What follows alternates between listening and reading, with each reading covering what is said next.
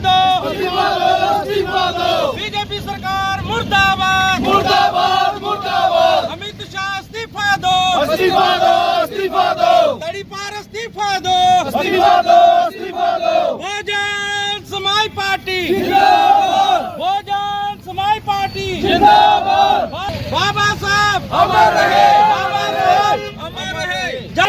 बाबा साहब का नाम रहेगा। बहुजन समाज पार्टी अमित शाह इस्तीफा दो, अमित शाह इस्तीफा दो। पूरा जीवन अपने बच्चे अपना परिवार बलिदान कर दिया, वो किसी एक शख्स के कहने से कम नहीं होगा।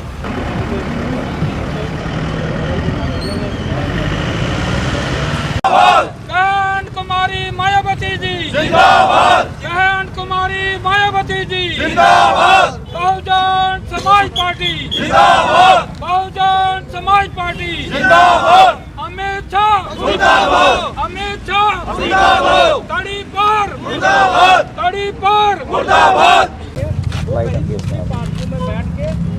भारत आज कुछ दिनों पहले से जो कि संसद में एक बयान देते हुए, बात करते हुए, अपनी बात रखते हुए जो अमित शाह जी हैं, उन्होंने एक अभद्र भाषा करते हुए बाबा साहब के नाम की अवहेलना करी, उनका अपमान करा।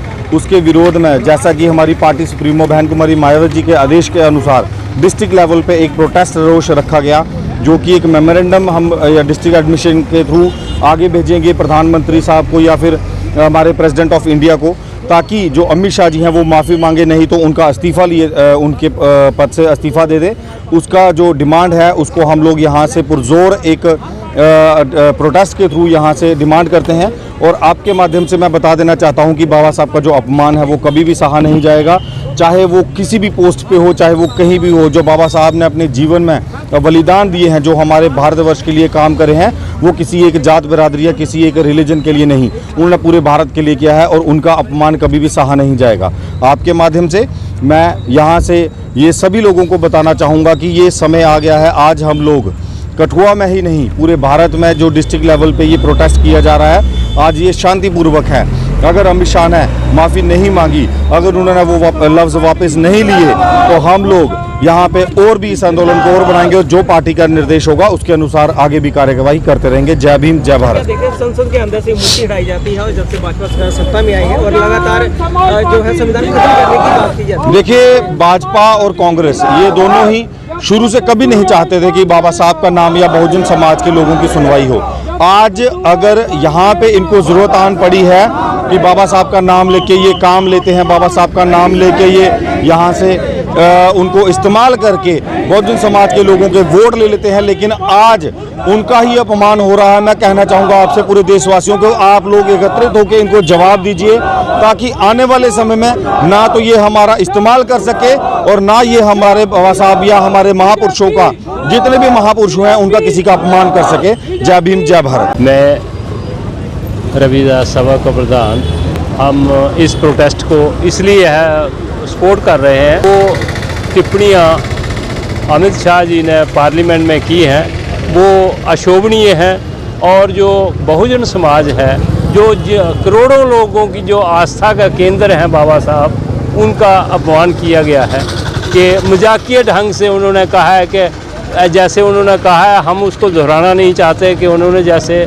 बोला है, लेकिन हम इन शब्दों का कड़ी निंदा करते हैं और कड़ा विरोध करते हैं। और आगे भी अगर कोई हिम्मत करेगा ऐसा करने के लिए तो हम उसका विरोध करेंगे। और हम ये मांग करते हैं कि अमित शाह को पूरे भारतवर्ष के लोगों से माफ़ी मांगनी चाहिए। करोड़ों लोगों की आस्था को ठेस लगी है और उनको मंत्रिमंडल में रहने का भी कोई अधिकार नहीं है, क्योंकि जो लोग संविधान की शपथ लेकर संविधान की ही धज्जियां उड़ा रहे हैं, पार्लियामेंट में ये कहने का कोई अर्थ नहीं है कि अगर उनका नाम जो है, राम का नाम अगर इतना लेते तो 8 जन्म या 7 जन्म तक आपको स्वर्ग मिलता। ये कहाँ का वो है? एक गृह मंत्री कह रहा है, जो आदमी किसी पद पर होता है, जो मिनिस्टर बन जाता है, वो किसी एक पार्टी का नहीं होता, वो पूरे लोगों का होता है। एक तरफ करके उन्होंने हज़ारों करोड़ों लोगों को जो आस्था को जो है वो ठेस पहुंचाई है। हम इसकी को निंदा करते हैं और उनको खुद ही रिज़ाइन करना चाहिए। हम इसके बाद भी प्रोटेस्ट करते रहेंगे और पूरा समाज जो है SC ST समाज जो है वो पूरा जो है वो रोष में है और वो आगे भी रोष प्रकट करता रहेगा।